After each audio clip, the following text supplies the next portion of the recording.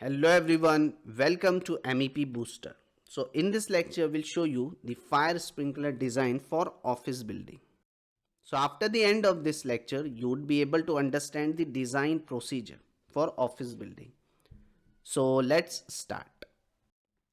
See the design of office building sprinkler system.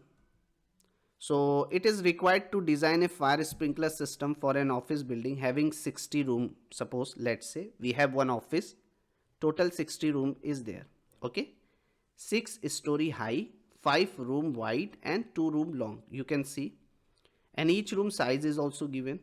See, this is our complete office building. First you need to try to understand what is given. So here what they have told, our office building is 6-story, 1 2 3 4 5 6, 6-story, 5 room wide, 1 2 3 4 5, 5 room here and 2 room here long, correct? Each room is 15 feet wide, 30 feet long height and 30 feet high, 10 feet high, sorry, 30 feet long means this one. Each room wide is 15 feet and long how much? 30 feet and height 10 feet. Okay, remember this thing. See, everything is given. So if each room is of 15 feet wide, so total we have how much room? 5 room wide now, 1 2 3 4. So 15 into 5, 75, correct? This is your total building. Then height, each room is of 10 height, 1 2 3 4 5 6. Here it is given how much? 10 feet high na, 2 3 4 5 6. Okay, 1 2 3 4 5 6. So 6 into 10, 60 feet, correct? And how much long? 60 feet long, because see na, each room is of 30 feet long, so here we have a 2 room, so 30 plus 30, 60 feet, correct? Now we'll see the design procedure. Now first of all we must choose the sprinkler type, which type of a sprinkler we need to use. So as you know that it is an office building, so for office we generally prefer wet type sprinkler system. Is it clear? All of you know that. Okay, already I have discussed.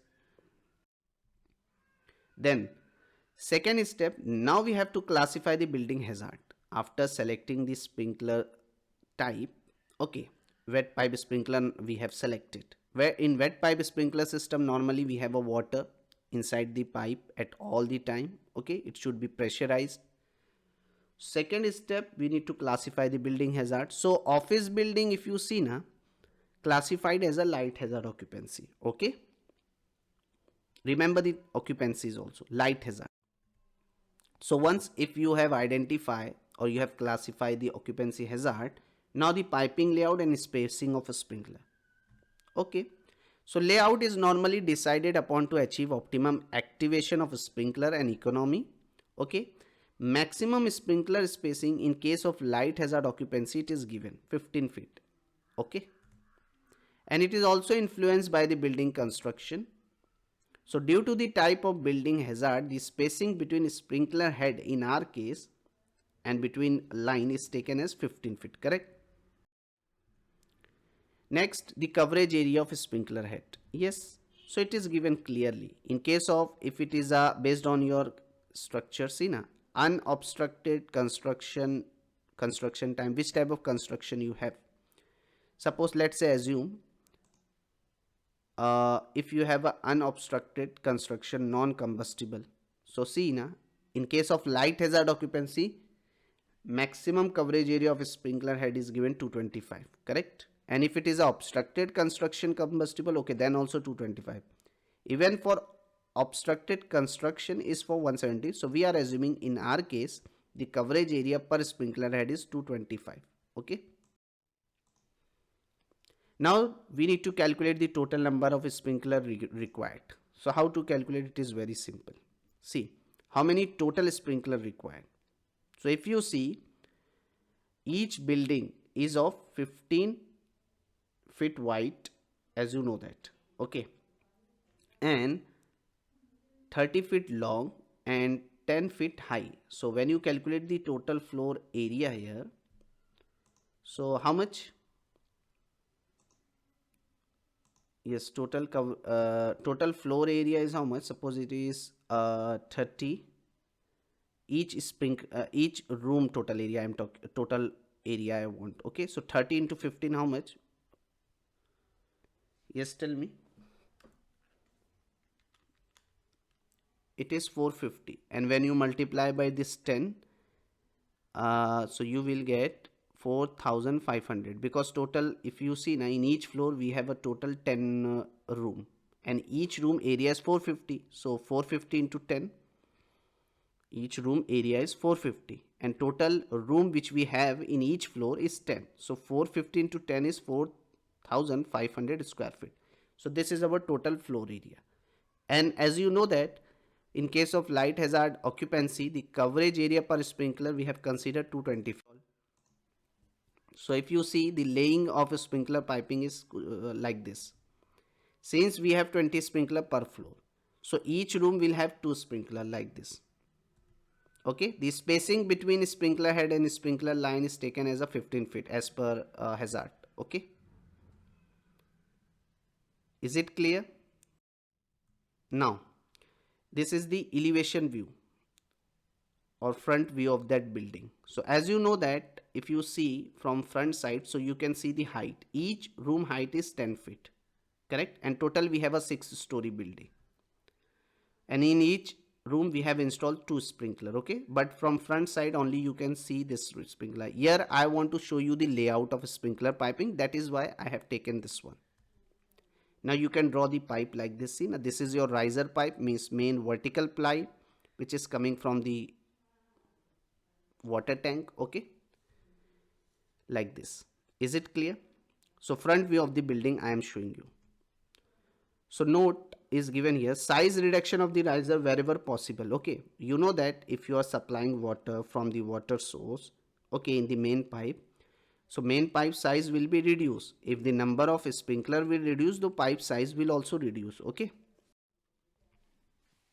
then area of sprinkler operation means the design area.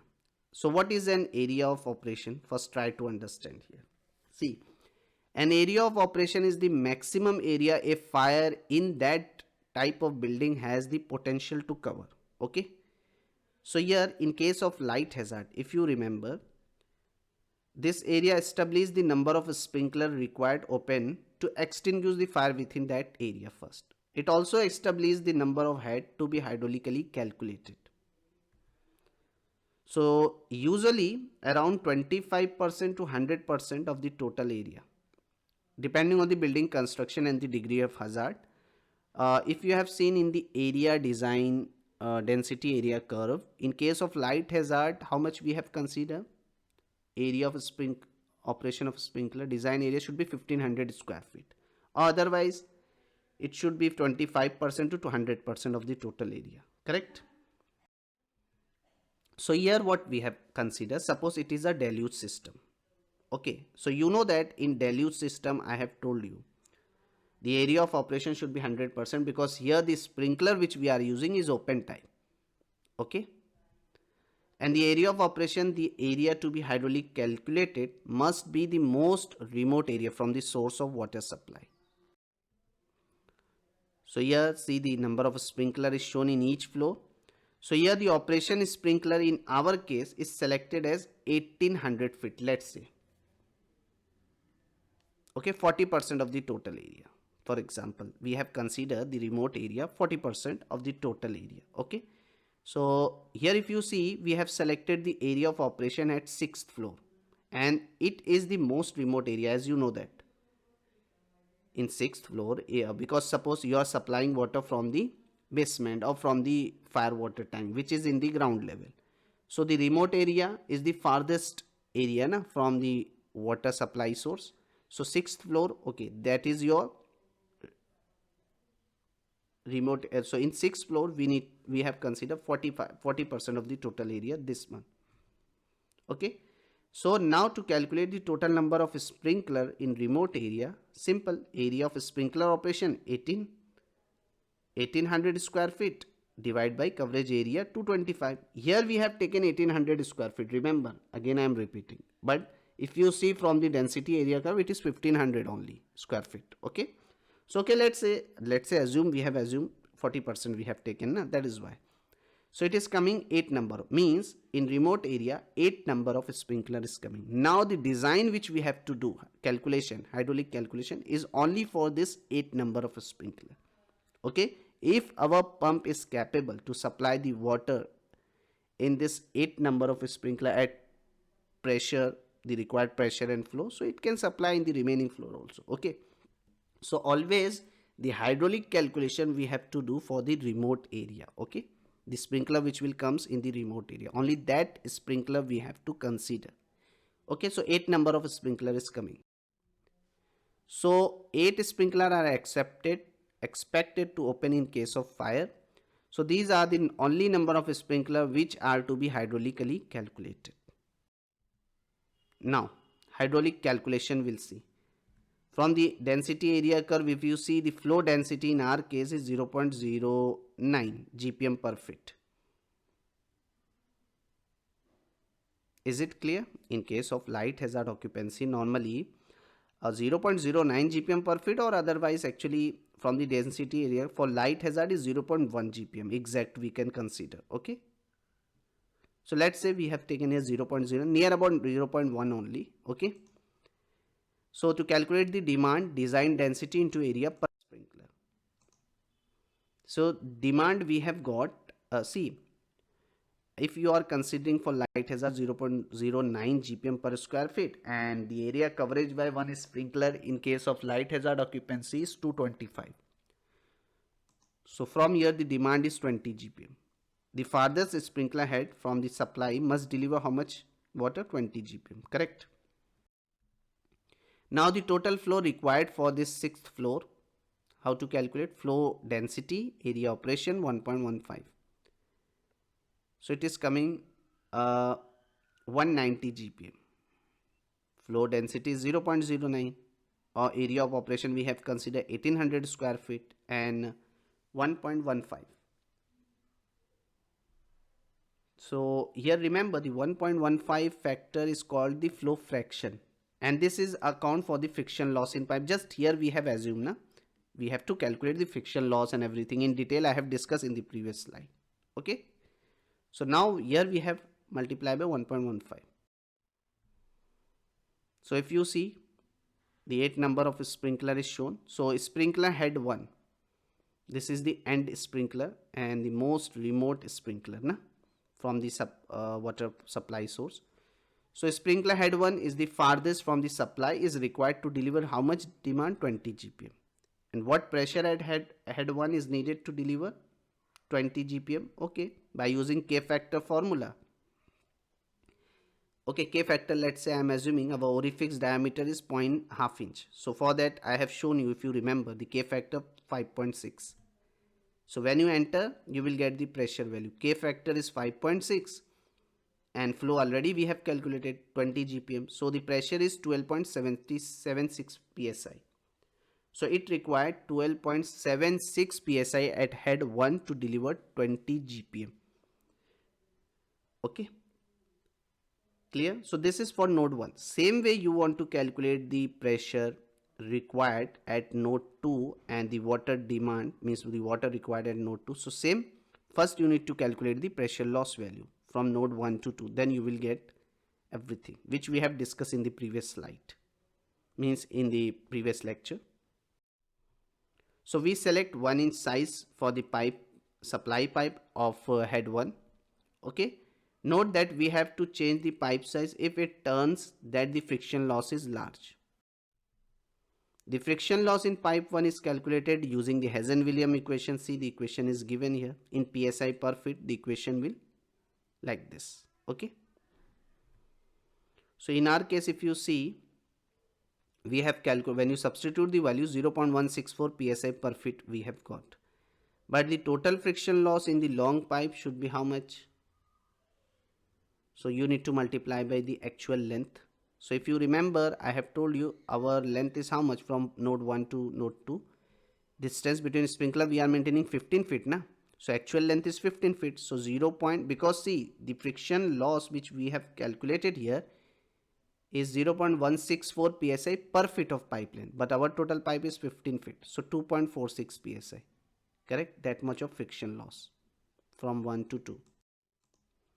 Okay, now the pressure at sprinkler head 2, what you have to do, pressure at head 1 which we have already calculated plus friction loss pressure in the pipe supplying head 1. Okay, so add it. So it is 15.22 psi. Correct. Now calculate the flow rate by using the K factor. It is coming 21.85. Means at node 2 the pressure is 15.22 psi and demand 21.85 GPM. Clear? So in this way normally we have to do. See, it is given and so on till you finish the hydraulic calculation for riser all the way down to underground pipe connection. Same procedure you have to follow. Okay. So in this way you need to design the office building sprinkler system. Clear? And in this way we need to perform the hydraulic calculation. So now the topics which we have discussed here, the design procedure of a sprinkler system. Hope all of you enjoy this session. See you in next one.